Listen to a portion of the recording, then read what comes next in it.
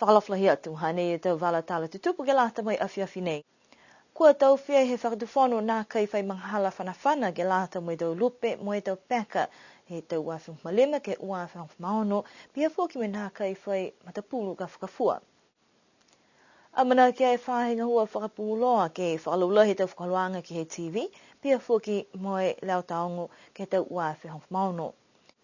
Hologi mo e tau ngahua ke whanua aonga fō mai aonga tau whanau iki mo e kua maua mana ke whakatuwhono ke whakatupe te koloa ke whakakoloaki. Kau whalatahai e tau tangata ngahua whakatuwhono pia fōki molo tūru mena te whahi bisnisi ke he tau whakakuanga whahi tapunei ono on matuai ke he tau whakaluanga ke kupeanga hila mo e internete. Koe aho nei ne kua whipiria he whakatuwhono he aho ke pai e mga hala whanawhana he tau lupe mo e tau peka e tau nei ke hoko atu ke ua whehong maono.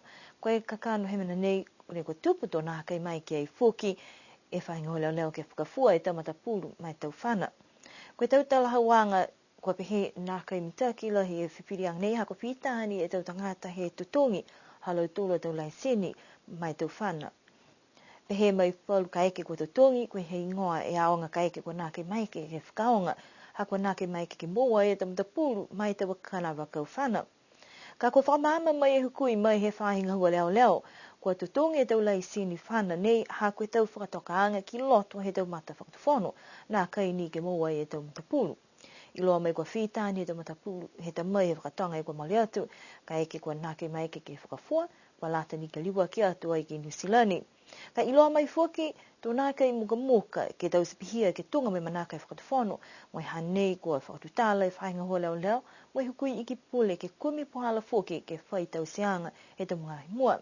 Kua whai pepa fuki ni kua tuku atu ai ke he whono iki pule ke whai ono anuang ki ai, tō whai whirianga whakahiku alu tōru.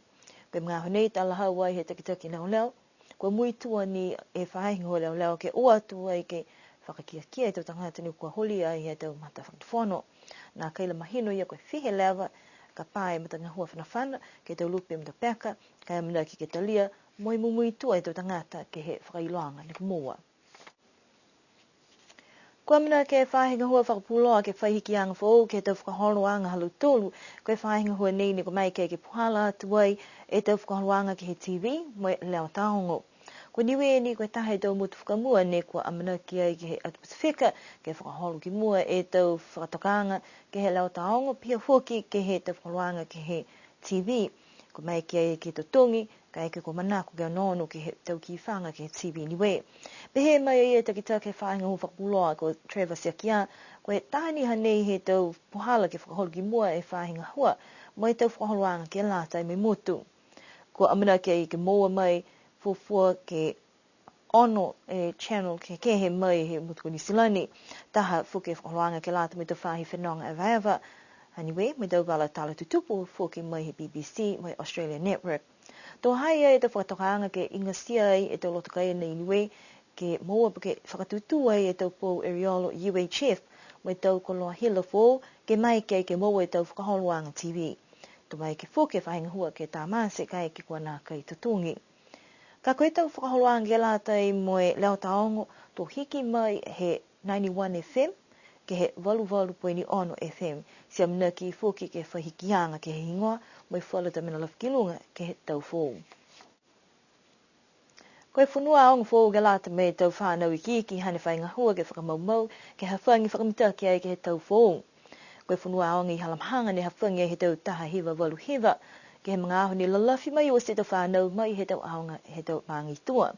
Koe tau whahitapu e kua mohli atu ni kua hoko mai e taha iki pule mai Australia, ke hawhangi ai e whale aonga nei, ha koe whakatawhono Australia ni kua whakatupe e matangahua nei.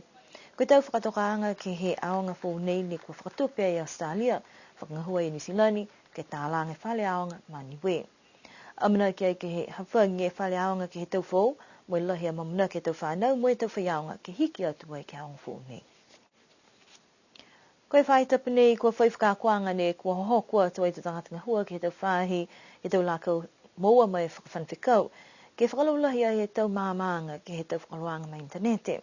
Mole e toko hongu e tangata ni mai ke hoku atu, ko le tolu ni leveki ke he tau kompiuta ni he kua tolu atu ai ke he whakatutalaanga ni whakahoku ai ke mininamu, kamata i ke ahi niawhi. Hahoko mai fuki whala te pulotu mai he Asia Pacific Network Information Community ke langmatai atu ai ke he whahinga hua moa moe whakawhanwhikau. Tal hau mai tahe tu tangata whakako koe whakaholoanga fōua nei ne ko whahingo ai wai IPv6 ke o tatai me whala tau whakaholoanga ke he lalulangi. Whakatutalai mo ia takita ke whahinga hua moa whakawhanwhikau ke ilo koe lau ia whewhe e tau ngā hua mai tau whakaholoanga ke motu.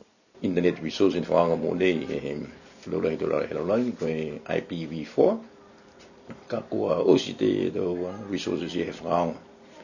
Si kai ki kua manako ke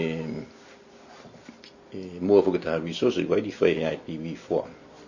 Mne ne whaakwai mne ke IPv6 a koe vision ni whaanga mne ke mne ki ai.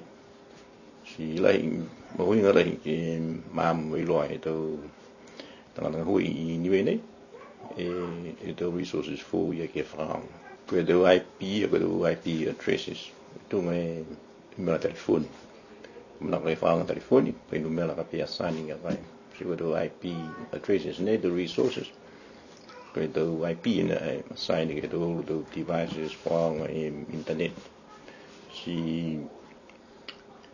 hai e tau patatoanga kai ko manako ke whaanga IPv6 ke mapope tau tu masinia tu whaanga e tau address fō ia. Tau nei whainga hua e mene ke upgrade a mobile system ke he tau